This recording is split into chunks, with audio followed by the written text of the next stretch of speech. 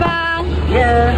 Saya nak nasi ayam bang. Nasi ayam apa tu? Nasi ayam apa ada ya bang? Kita sini ada roasted biasa RM5. Ada roasted double RM9. Ada hainan juga. Saya nak roasted bang. Nak roasted? Tak ada semua? Boleh. Bisa nanti okey, dia buat semua Alright. Ini ayam roasted bang. Ini roasted double. Okey, bahagian dia kita bagi paha dengan tag atau lebih dikenali pistol lah. Pistol. Alright. Saya kat mana bang? Okey, kedai kita dekat Medan Selera, Seksyen 19. Dekat dengan Komite Shah Alam dan juga Stesen Bas Kencang Akhir. Buka hari-hari ya bang? Buat masa ni kita tutup hari Sabtu sahaja. Sabtu. Buka dari jam 10.30 hingga 5 petang. Tapi kalau habis awal kita tutup awal lah. Ini untuk roasted biasa Nak pakai isi ke apa ke boleh minta. Kepak ke apa?